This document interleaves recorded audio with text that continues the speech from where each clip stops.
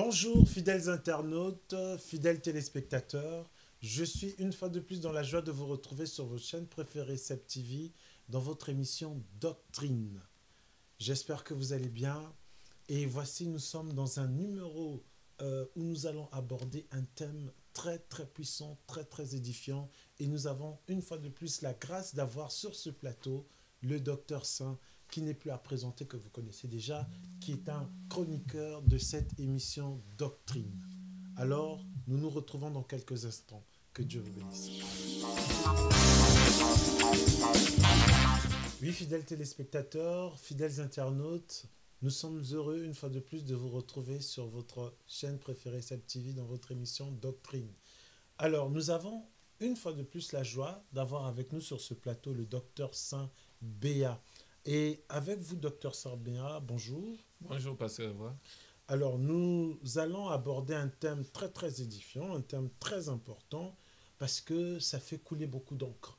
Et même ceux de l'islam, très souvent, ils se servent de ces arguments-là pour déstabiliser ceux qui sont dans la foi en Jésus-Christ. La question que nous allons aborder aujourd'hui, docteur Saint, Jésus-Christ, était-il venu uniquement pour le peuple juif ou pas? Voilà la question que nous voulons aborder avec vous aujourd'hui, docteur Saint. Jésus-Christ était-il venu uniquement pour les juifs ou pas? Ou pour les nations aussi? Déjà, pour répondre à la question, il était venu pour l'humanité tout entière. Pour l'humanité tout entière. Ouais. Mais pourtant, il dit bien, je suis venu que pour les brebis perdues de la maison d'Israël. Alors, docteur Saint.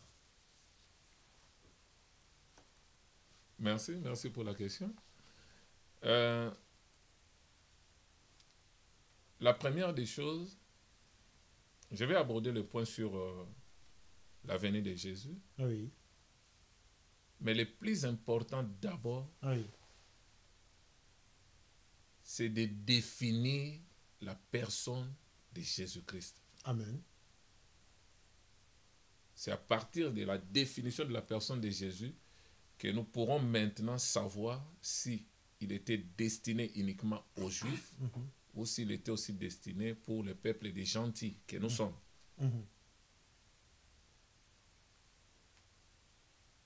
Quand je parle de Jésus, je vois la partie humaine. Parce que Marie n'a pas enfanté Christ. Quand vous lisez dans Luc chapitre 1er, le message de l'ange était clair. Tu enfanteras un fils. Il sera appelé fils du Dieu très haut. Tu lui donneras le nom de Jésus. Pas Jésus-Christ, Jésus. Maintenant, si nous remontons dans la prophétie d'Ésaïe, chapitre 7, le verset 14, l'Éternel dit au peuple juif, je vous donnerai un signe. Une vierge enfantera. Déjà, à partir de là, nous voyons l'accomplissement avec Marie, qui était vierge. Quand l'ange est apparu à Marie, l'ange lui a dit, tu enfanteras un fils, tu lui donneras le nom de Jésus. Marie a dit, comment cela sera-t-il possible parce que je ne connais point d'homme. Elle était vierge. Donc en Israël, il y avait plusieurs veuves et vierges à l'époque. Oui. Mais seule Marie qui avait trouvé grâce pour qu'au travers d'elle, les créateurs du ciel et de la terre entrent dans les temps. Amen. Donc c'est ça le problème, parce que les choses de Dieu, tu ne peux pas les cerner avec l'intelligence humaine ni la sagesse humaine. C'est au-delà de l'intelligence humaine. Exact. La plupart des gens qui cherchent même des débats là, improductifs, avec des chrétiens qui utilisent la Bible par rapport aux Écritures, déjà pour interpréter la Bible s'interprète par elle-même. La Bible, c'est un livre codé. Il faut avoir l'Esprit de Dieu pour interpréter la Bible. Parce que celui qui n'a pas l'Esprit de Dieu, il reste dans la lettre. Et la Bible dit, la lettre tue, mais c'est l'Esprit qui vivifie. Il y a des versets ici. Moi, je suis souvent des débats là. Je trouve que ça ne sert même pas de faire ces débats-là. Parce que chacun a sa position. Même si vous faites les débats, il ne changera pas. Et à quoi sert maintenant de tels débats? Donc, quelque part, ça ne servira à rien. C'est le Saint-Esprit qui convainc le cœur. Un jour, Jésus, avec ses disciples, là je suis dans Matthieu 16, il pose la question, à partir du verset 13. Il dit, qu'est-ce que les gens du dehors disent de moi? Les disciples répondaient. Les uns disent que tu es Jean-Baptiste, les autres disent que tu es Élie, les autres disent que tu es un des prophètes qui était mort, qui est revenu à la vie. Là, c'est le témoignage des gens du dehors. Mais maintenant, vous, mes disciples, qui suis-je? Maintenant, Simon-Pierre a pris la parole. Il dit, tu es le Christ, le Fils de Dieu vivant. Maintenant, pour Simon, c'est-à-dire, c'est par mon intelligence que j'ai eu la réponse. Maintenant, Jésus, comme il sonde le cœur, il a vu. Il dit, Simon, ce n'est pas l'eau et le sang qui t'ont révélé qui je suis. Mais c'est mon Père qui t'a révélé. C'est pourquoi il dit, tu es Pierre, c'est-à-dire Pétros, caillou. Sur cette pierre, la seconde pierre, Pétra en grec, qui veut dire roc ou rocher, la révélation qui est sortie de ta bouche, c'est à partir de cette révélation-là que je bâtirai mon église. Et l'église que Christ bâtit, c'est une église dont les portes de séjour des morts ne prévaudront pas contre elle. C'est-à-dire, toutes les attaques de l'ennemi du monde des ténèbres et tout ça ne peut pas ébranler cette église-là. Déjà, à partir de là, nous devons déjà comprendre, il faut faire déjà la différence entre l'église corps mystique de Christ et nos églises locales. Déjà, il faut savoir faire déjà cette différence-là. Mais maintenant, les signes que les Juifs attendaient, qu'une vierge enfante. Mais maintenant, naturellement, est-ce qu'une vierge peut enfanter? Du tout. C'est impossible. Mais pourtant, quand Marie a dit, comment cela sera possible? Parce que je ne connais point d'homme. L'ange lui dit, le Saint-Esprit te couvrira de son ombre. Et le Saint-Enfant qui naîtra de toi sera appelé le Fils du Dieu très haut. Or, dans la prophétie d'Ésaïe 7,14, on avait dit que l'enfant sera appelé Emmanuel. Or, Emmanuel veut dire Dieu avec nous, avec son peuple. Maintenant, il y a des gens qui veulent que Jésus porte le nom d'Emmanuel. Mais déjà, quand on dit cet enfant qui naîtra sera appelé Fils du Dieu très haut. C'est ça déjà Emmanuel. Parce que dans la compréhension hébraïque, quand tu dis tu es fils de Dieu, ça veut dire tu te dis Dieu dans la chair. C'est un blasphème pour les Juifs. Or, dans Jean chapitre 1er, à partir du premier verset jusqu'au verset 14, la Bible parle, au commencement était la parole. La parole était avec Dieu et la parole était Dieu. Elle était au commencement avec Dieu. Maintenant, cette parole s'est faite chair à la personne de Jésus. Elle a habité parmi nous pleine de grâce et de vérité. Et nous avons contemplé cette gloire et ainsi de suite. Donc, l'enfant Jésus qui est sorti de Marie, c'est ça l'enveloppe que Christ devrait utiliser. Et vous allez voir dans Luc chapitre 3, Jésus, qui est cette cet tabernacle-là, cette habitation de Dieu, était dans l'eau. Maintenant, le ciel a parlé. Celui-ci est mon fils, en qui je dois tabernacler pleinement. Le Père a tabernaclé sous la forme corporelle d'une colombe. C'est là où nous allons lire un verset. Allons dans Colossiens.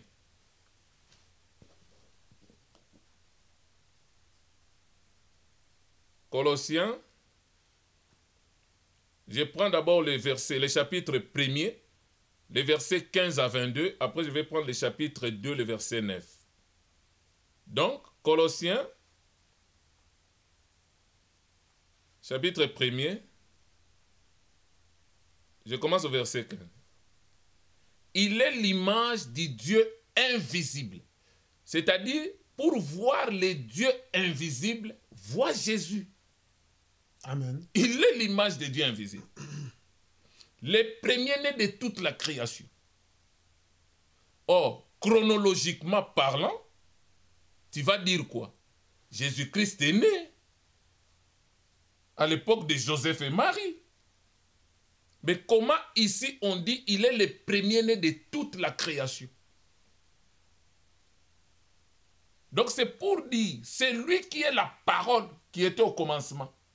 Et quand nous retournons dans l'éternité, il était la parole éternelle. Maintenant, pour créer, il a quitté le temps.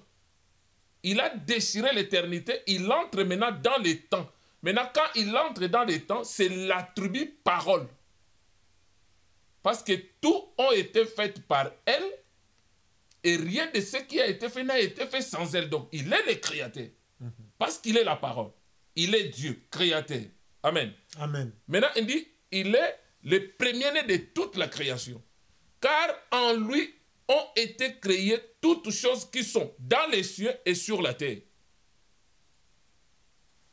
Donc, tout ce qui a été créé, que ce soit au ciel, que ce soit sur la terre. Quand on parle des cieux, nous voyons le monde spirituel. Là, je suis dans Genèse 1:1. Au commencement, Dieu créa les cieux et la terre. Les cieux représentent le monde spirituel et la terre représente le monde physique. Maintenant, on dit tout ont été créés.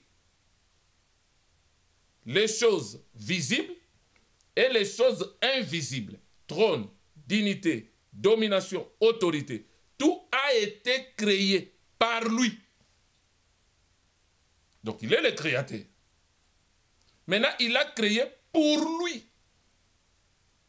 Donc, c'est pour dire, la création tout entière, même y compris l'homme, les animaux, tout ce qui existe, ils ont été créés pour lui. C'est lui le créateur. Il est avant toute chose. Et toute chose subsiste en lui. Il est la tête du corps de l'Église. Il est le commencement et le premier d'entre les morts. Donc quand il est question des morts, il est le premier. C'est là où la Bible dit que le Fils de Dieu, l'agneau de Dieu, a été immolé dès avant la fondation du monde. Ça veut dire quoi? C'est-à-dire avant même que le monde soit créé. Dans la pensée du Créateur, en tant que rédempteur, en tant que sauveur. Donc, depuis là-bas, l'agneau déjà été immolé. C'est là où maintenant, quand nous rentrons dans la préscience de Dieu, nous allons comprendre beaucoup de choses. Il dit, Dieu a voulu que toute plénitude habite en lui. Verset 20. Il a voulu, par lui, réconcilier tout. Donc c'est pour dire, pourquoi on parle de la réconciliation? C'est parce qu'il y a eu conflit. Le conflit, c'est par rapport à qui? Par rapport à Adam et Ève et Dieu. Quand l'homme a péché, il est séparé de Dieu. Parce que Dieu avait dit, les jours où tu en mangeras, tu mourras certainement. Et la mort, c'était la mort d'abord spirituelle. La séparation de Dieu avec sa création. L'homme, il est séparé de Dieu. Il était mort. Maintenant, la conséquence finale de la mort spirituelle, c'était la mort physique qui est intervenue quand il avait 930 ans. Maintenant, il y avait ces conflits. Comment régler ces conflits? Parce qu'il y a le problème du péché. C'est pourquoi Dieu lui-même devrait prendre corps à la personne de Jésus. Mais maintenant, quand Jésus est sorti de l'eau, le Père a tabernaclé dans le Fils, c'est là où nous parlons de Jésus-Christ. Donc, il est 100% homme qui est sorti de Marie par la naissance virginale. C'est là où nous disons que vous ne pouvez jamais comparer Jésus avec des soi-disant prophètes, avec des soi-disant humains de ce monde. David a dit, j'ai été conçu dans le péché, enfanté dans l'iniquité. C'est-à-dire, tout descendant d'Adam est né dans le péché, conçu dans l'iniquité. Donc, nous naissions pécheurs par nature. On n'est pas pécheur parce qu'on a commis le péché individuel, mais on est pécheur parce qu'on est né dans le péché conçu dans l'iniquité. Mais Jésus n'était pas né ni conçu dans l'iniquité, mais c'était la parole que Marie a écoutée par la foi. Cette parole en elle s'est faite chair à la personne de Jésus. C'est pourquoi s'il faut aller loin, l'enfant Jésus ne pouvait pas avoir le cordon ombilical lié à Marie. Parce que s'il a le cordon ombilical lié à Marie, automatiquement l'enfant doit recevoir le sang de Marie. Or, le sang de Marie, c'est le sang adamique. Et ce sang ne peut pas faire l'expiation du péché. Non. C'est pourquoi les gens pouvaient dire que Marie portait un humain. Mais quand ils sont allés chercher l'autel pour dormir, la Bible dit, il n'y a plus de place pour vous. C'est parce que l'enfant que Marie portait, bien que c'est Dieu dans la chair, mais dans sa première venue, pour entrer dans les temps, c'était un agneau. Qui dit agneau, je vois un animal. Donc c'est pour dire, ta place n'est pas dans l'autel, parce que l'autel c'est pour les humains. Sa place était dans l'étable. C'est pourquoi il n'y avait plus de place. Maintenant, quand ils sont allés dans l'étable, c'est là où il est né, à côté des autres animaux. Parce qu'il était l'agneau. Au moment où il est passé, Jean-Baptiste, qui avait les yeux spirituels, il a vu Jésus passer, il présenta à ses disciples, il dit, voici l'agneau de Dieu. C'est lui qui ôte les péchés du monde.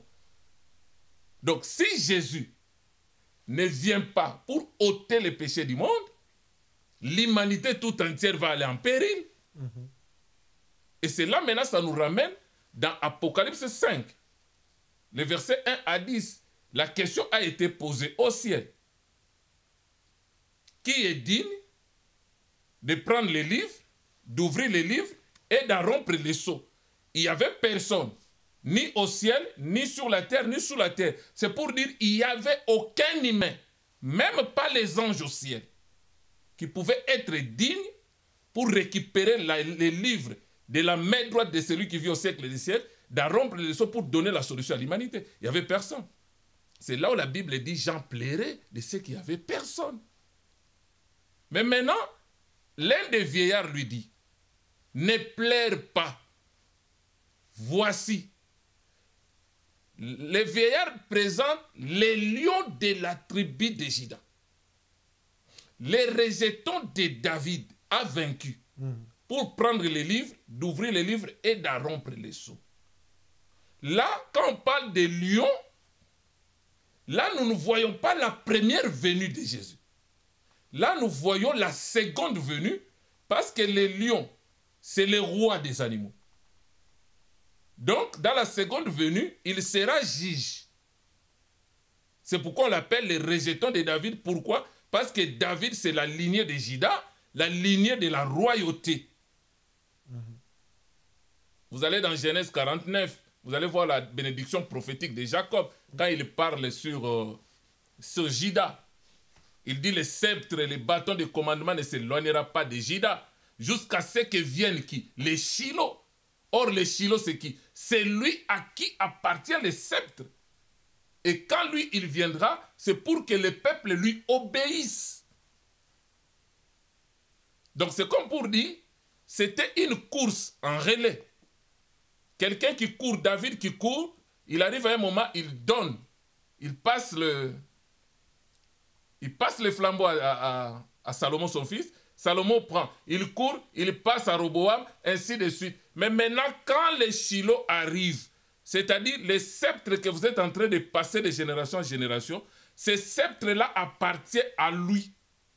Et quand lui, il aura le sceptre, c'est pour dire, c'est lui qui va amener la course jusqu'à la fin. Point barre. Il n'aura plus de successeur. Donc, la Bible dit, quand Jean a tourné, au lieu de voir les lions, Jean a vu un agneau. Maintenant, cet agneau était comment? Tacheté de sang. Donc, c'est pour dire, il venait d'accomplir l'œuvre de la rédemption. La mort à la croix. Là, nous voyons l'agneau dans deux aspects. L'agneau qui n'est pas immolé et l'agneau immolé. C'est-à-dire, dans la première venue de Jésus, la première venue de Jésus avait deux phases. De la même manière, la seconde venue de Jésus aura aussi deux phases. C'est ça, c'est que beaucoup de gens, beaucoup de religions ne comprennent pas. La première phase, vous pouvez lire dans Matthieu chapitre 10.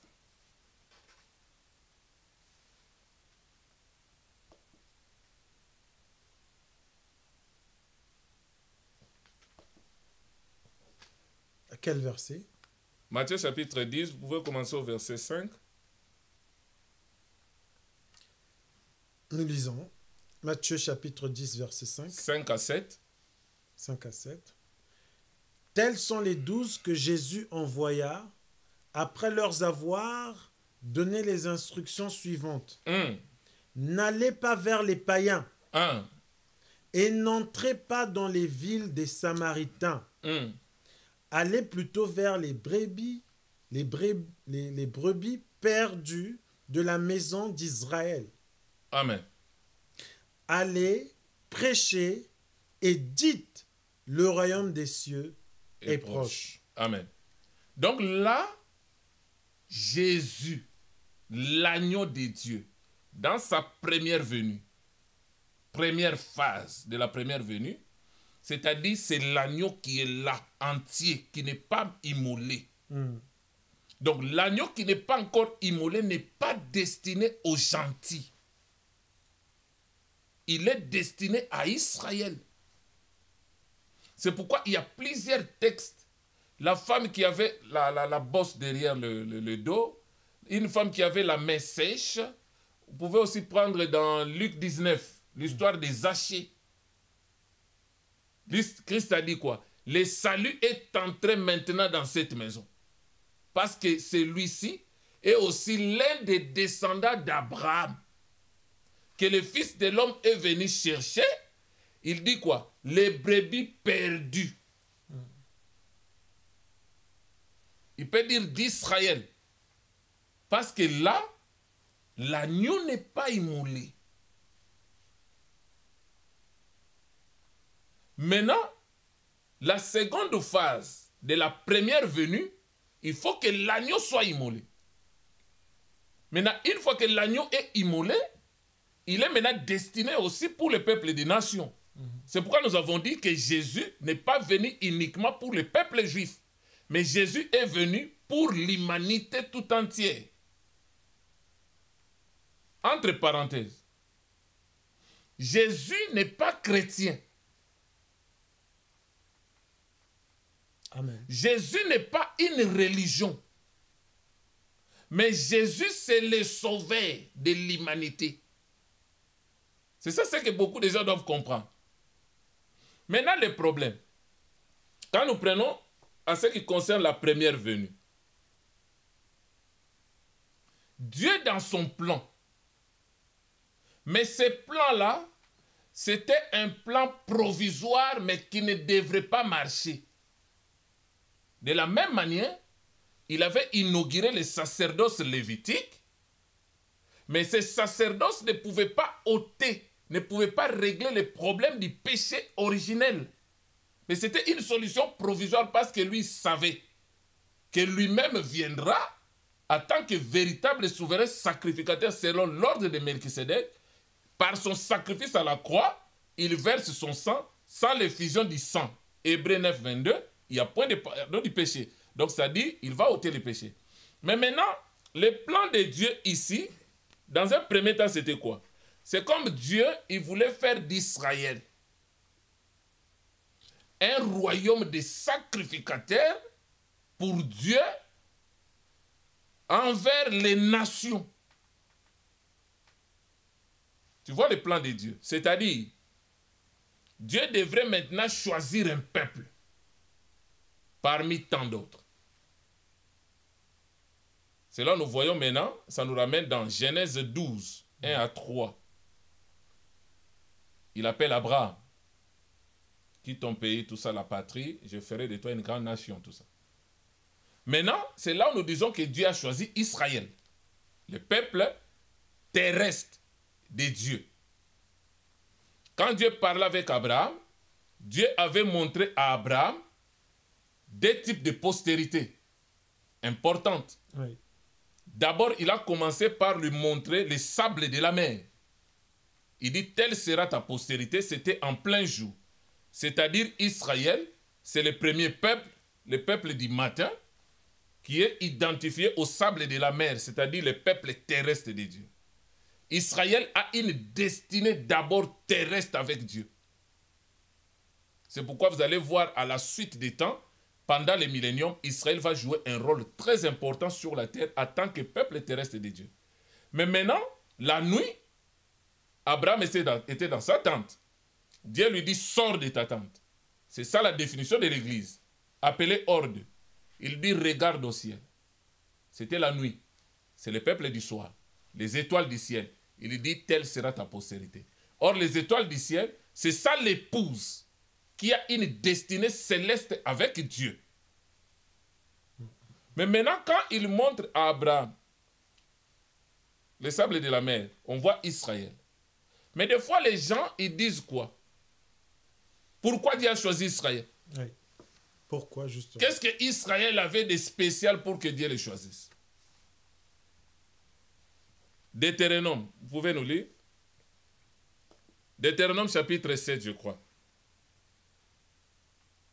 Deutéronome chapitre 7. Le verset 7 à 8. Le verset 7 à 8. Donc nous allons lire Deutéronome chapitre 7, le verset 7 À 8. à 8. Ce n'est point parce que vous surpassez en nombre tous les peuples que l'Éternel s'est attaché à vous et qu'il vous a choisi, car vous êtes le moindre de tous les peuples. Ah, donc, s'il a choisi Israël, c'est parce que quand Dieu a regardé tous les habitants de la terre, tous les peuples de la terre, il a trouvé qu'il y avait un peuple qui est le moindre de tous les peuples. C'était le peuple juif. C'est pourquoi il a porté son choix sur le moindre de tous.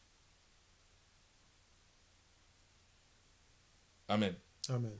Donc, Ésaïe 41, le verset 9. Ésaïe 41, le verset 9. Ésaïe 41, le verset 9. Alors, nous lisons donc Ésaïe 41, le verset 9. Toi, que j'ai pris aux extrémités de la terre, 1. et que j'ai appelé d'une contrée lointaine, à qui j'ai dit, tu es mon serviteur, je te choisis et ne te rejette point. Ne crains rien, car je suis avec toi. Ne promène pas des regards inquiets, car je suis ton Dieu. Je te fortifie, je viens à ton secours, je te soutiens de ma droite triomphante. Amen. Donc, là déjà, si nous allons dans Exode 19, le verset 6, écoute ce que Dieu dit maintenant à Israël. Vous serez pour moi un royaume de sacrificateurs, une nation sainte. Voilà les paroles que tu diras aux enfants d'Israël. Là, il dit à Moïse. Mais maintenant, cette possibilité ne pouvait pas régler les problèmes du péché originel. C'est-à-dire, dans le plan de Dieu ici, dans la première venue, c'est-à-dire Dieu voulait que Israël soit son peuple, un royaume de sacrificateurs, une nation sainte. Maintenant, Israël devrait maintenant prendre la parole de Dieu et l'amener aux nations. C'est pourquoi géographiquement, quand vous regardez la position d'Israël, vous verrez que Israël est comme au centre de la terre. Donc c'était pour dire l'évangile, la parole de Dieu, la bonne nouvelle, doit commencer au centre du monde de la terre pour aller jusqu'aux extrémités de la terre. Amen. Amen. Donc, cette possibilité ne devrait pas marcher parce qu'il y avait le problème du péché originel. Or, dans Genèse 3, quand l'homme a péché, Dieu avait déjà prédit le plan de la rédemption au verset 15. Arrivé au verset 21, Dieu maintenant devrait maintenant couvrir la nudité de l'homme. Or, le vêtement qui devrait couvrir la nudité de l'homme, c'était l'image de la justice de Dieu. Donc, il devrait habiller l'homme, couvrir la nudité, c'est ça justifier l'homme. Or, pour prendre la peau de l'animal, il faut d'abord chercher l'animal en question. Oui. C'est là où nous disons ici, il faut lire entre les lignes. Exactement. Donc, il faut chercher l'animal. Quand il trouve l'animal, pour avoir sa peau, il faut le tuer. Et quand il le tue, la tradition oblige que tu l'égorges et que tu verses le sang. Après, tu prends la peau de cet animal-là. Et il a couvert la nudité de l'homme. Après, il les a chassés. Donc, ça veut dire, l'animal que Dieu a tué, ça doit être forcément un agneau. Parce que la Bible s'interprète par elle-même. Un agneau qui était l'image de Christ. Et que son sang a coulé pour faire l'expiation de nos péchés. Et en croyant en lui, Dieu nous justifie. Or, la justification là, c'est ça le vêtement d'animaux pour couvrir la nudité de l'homme. Donc, c'est pour dire, tout ce que Dieu pouvait faire, il fallait qu'il revienne sur ce qu'il avait déjà prédit en Éden. La postérité de la femme doit écraser la tête du serpent et le serpent doit lui blesser. Or, blesser, ça veut dire quoi? Il doit mourir et verser son sang pour le pardon du péché de l'humanité tout entière. Donc, tu vois là, l'acheminement des choses. Oui, oui, oui. Mais maintenant, quand vous prenez même les sacerdoces lévitiques, quand Jacob prophétise dans Genèse 49, il a pris Lévi et Siméon et les a mis ensemble. Oui. Lévi, qui représente les sacerdoces, Siméon, qui représente les 11 tribus, ses frères. Mais Dieu a déjà prophétisé pour dire, mon esprit ne s'initiera pas dans leurs assemblées, mon âme ne prendra pas plaisir dans leurs conciliables. C'est pour dire, les sacerdoces, avec le sang animal, le sang des taureaux, des boucs, comme ça ne pouvait pas ôter les péchés, Dieu ne trouvait pas satisfaction de toutes ces choses-là. Maintenant, toujours dans la première venue de Jésus. Première phase, l'agneau n'est pas immolé. Tant que l'agneau n'est pas immolé, le problème du péché n'est pas réglé. Exactement. Mais maintenant, Dieu, pour régler le problème du péché, il faut que l'agneau soit crucifié. Maintenant, pour que l'agneau soit crucifié, il faut que le peuple juif rejette l'agneau. Ah. Maintenant, pour que l'agneau soit rejeté, c'est là où maintenant ça nous ramène dans Romains chapitre 11. À partir du premier verset, je crois, jusqu'au verset 36. La Bible dit, est-ce que c'est pour broncher que Israël est tombé? Loin de là. Ce que Israël cherchait ne l'a pas obtenu, mais les élus l'ont obtenu. Mais une partie d'Israël, pas la totalité, une partie d'Israël ont été endurcis. C'est-à-dire Dieu lui-même les a aveuglés, une partie, pour qu'ils ne reconnaissent pas leur Messie. Pour qu'ils rejettent le Messie. Maintenant, en les rejetant, il faut que le Messie soit crucifié. Donc, que l'agneau soit immolé. Là, nous sommes toujours dans la première venue de Jésus, mais seconde phase. C'est pourquoi, avant même que Jésus meure, on va lire un texte. Alors, dans Matthieu,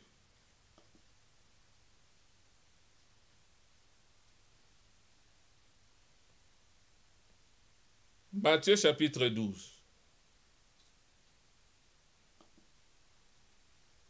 Matthieu chapitre 12. Je prends le verset 38 à 41. Écoute ce que le maître dit. Alors quelques-uns des scribes et des pharisiens prirent la parole et dirent, Maître, nous voudrions te voir faire un miracle. Écoute ce que Jésus, il leur répondit, une génération méchante, adultère, demande un miracle. Donc c'est pour dire, vous les pharisiens, les sadducéens, vous sondez les Écritures. Vous pensez trouver en elle la vie éternelle. Mais ces Écritures que vous sondez, vous cherchez la vie, parlent de moi. Mais vous me rejetez. Mais maintenant, vous voulez un miracle. Maintenant, écoute. Il dit, il ne lui sera donné d'autre miracle que celui de Jonas. Car de même Jonas fit 3 jours et 3 nuits dans le ventre d'un grand poisson, de même le Fils de l'homme sera 3 jours et 3 nuits dans les seins de la terre.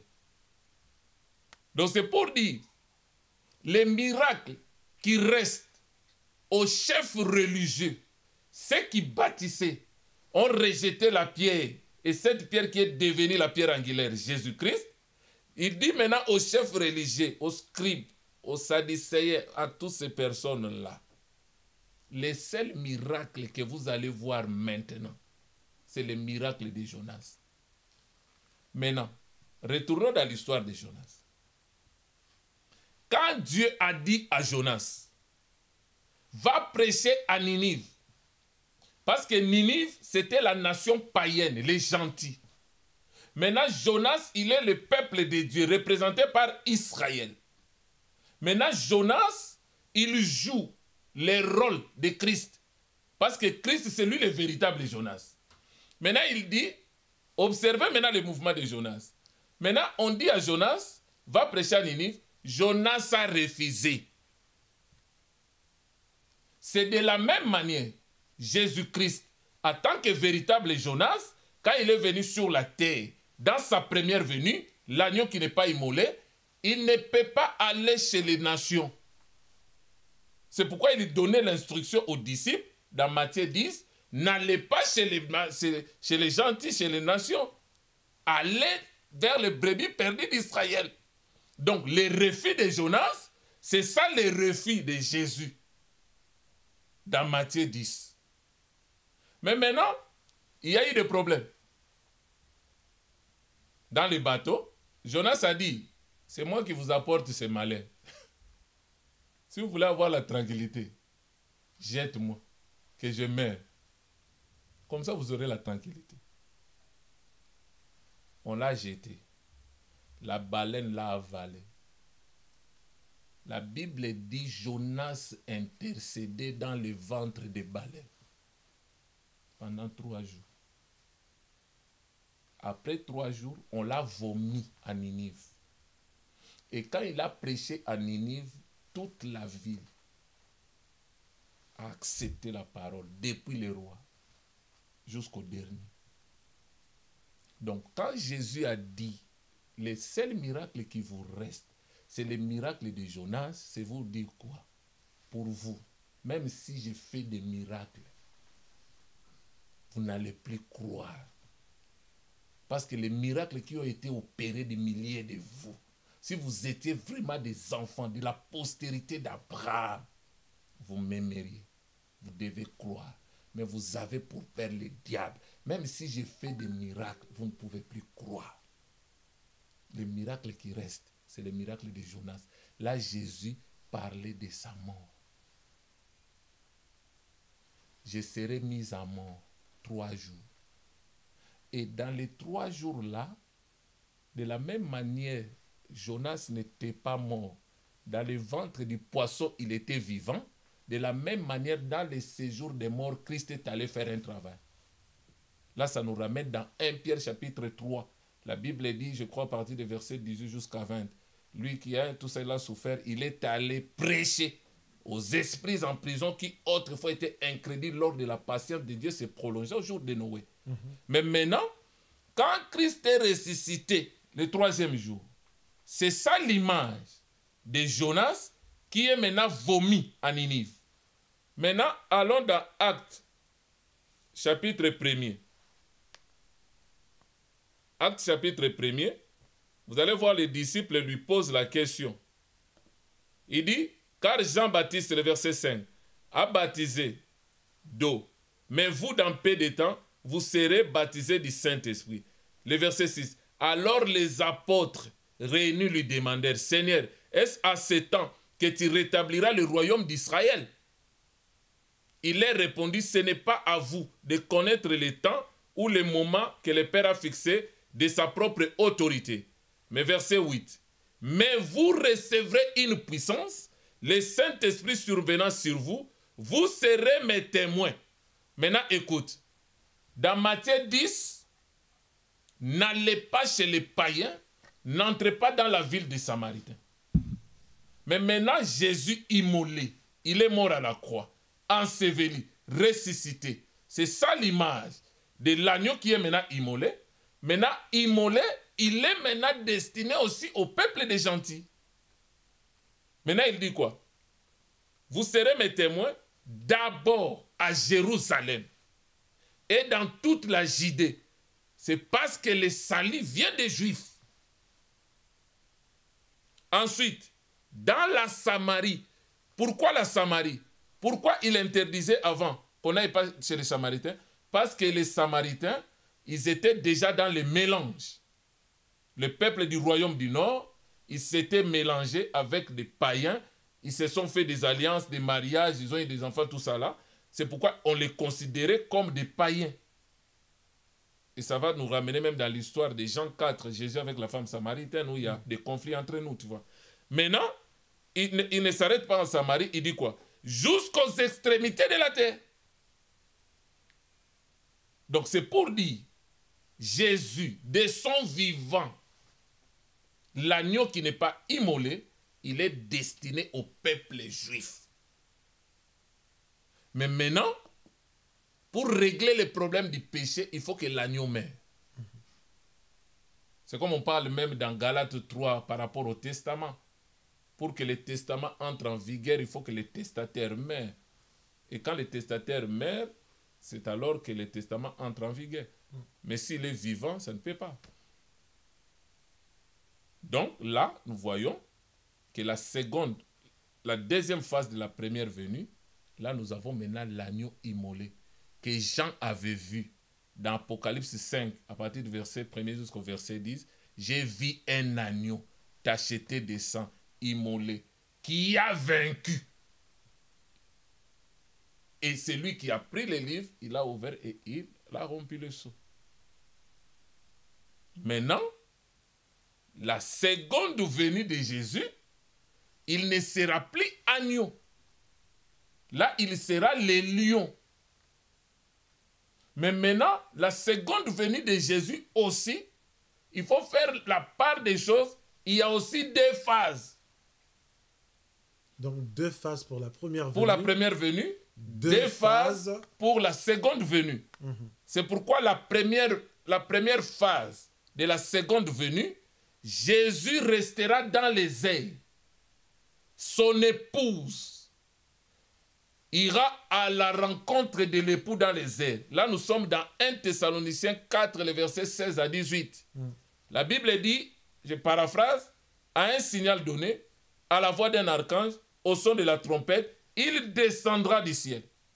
Et les morts en Christ ressusciteront premièrement, ensuite les vivants en Christ, ils seront transformés et ils iront à la rencontre de l'époux dans les airs. Là, le monde ne verra pas Jésus, nous irons à la rencontre de l'époux. Ça sera comme un clin d'œil. Là, c'est la première phase de la seconde venue. Mais maintenant, la deuxième phase de la seconde venue, c'est ce que nous appelons le retour de Jésus. Or, quand on parle de retour, ça veut dire revenir sur la case de départ. Et vous allez voir dans Actes, au chapitre 1er toujours, quand Jésus est monté, au verset 9, la Bible dit quoi? Après avoir dit cela, il fut enlevé. Pendant qu'il les regardait, une nuée les déroba à leurs yeux. Et comme ils avaient les regards fixés vers le ciel, là je suis dans Actes chapitre 1er, verset 9 à 10. Hein? Oui. Pendant qu'ils les regardaient s'en aller, voici des hommes vêtus de blanc leur apparurent, les anges. Il leur dit, hommes galiléens, pourquoi vous arrêtez-vous à regarder au ciel? C'est Jésus qui a été enlevé au ciel du milieu de vous, reviendra de la même manière que vous l'avez vu aller au ciel. Là, c'est le retour. C'est pourquoi le retour, dans Zacharie 14, on précise bien que quand il reviendra, il posera ses pieds sur le mont des Oliviers.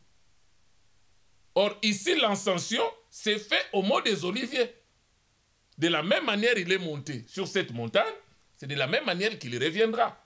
Là, maintenant, ça nous ramène aussi dans Apocalypse 19, à partir du verset 11, quand il revient en tant que roi des rois, seigneur des seigneurs, pour juger l'antéchrist et le faux prophète et entrer en guerre contre les rois des nations.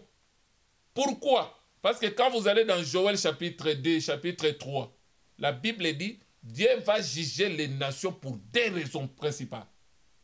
Premièrement, parce qu'ils ont opprimé son peuple Israël. Parce que toutes les nations de la terre vont se liguer contre Israël. Parce qu'Israël va faire une solide alliance quand on touche la prophétie de 70 semaines de Daniel. Et deuxième raison, c'est parce qu'ils ont partagé leur territoire. Donc ce sont les deux raisons majeures que Dieu entrera en jugement contre les nations. Là, nous sommes dans la bataille d'Armageddon. Là, maintenant, c'est la seconde venue de Jésus, deuxième phase.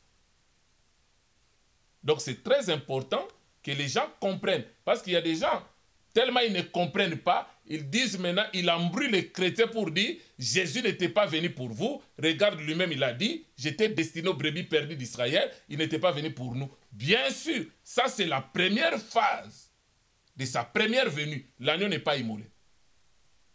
Maintenant, docteur Saint, la question qu'on peut se poser, quelle est donc la différence entre les deux venues? La première venue et la seconde venue. Mais nous savons que dans la première, il y a deux phases et dans la seconde, il y a également deux phases. Je vais lire un verset. Matthieu chapitre 21. Oui. Je peux prendre le verset 44. Écoute ce que dit la Bible. Je commence au verset 42. Jésus leur dit, vous n'avez jamais lu dans les Écritures la pierre qu'ont rejetée ceux qui bâtissaient. Qui bâtissaient? C'est des chefs religieux. Est devenue la principale des langues. c'est du Seigneur que cela est venu. Donc c'est Dieu lui-même qui a voulu que la pierre soit rejetée par ceux qui bâtissaient. Les chefs religieux, il les a aveuglés pour que la pierre là devienne la principale des langues. Je vais continuer la lecture. J'ouvre une parenthèse. Quand vous regardez les billets de $1, au verso, il y a la pyramide. Maintenant, la pyramide, au sommet, il y a les triangles avec l'œil d'Horus, l'œil de Lucifer, qui contrôle tout.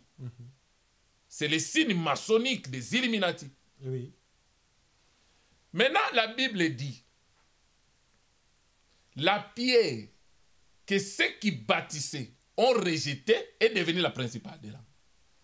Quand vous regardez la construction, c'est-à-dire, on construit la pyramide, on arrive au sommet.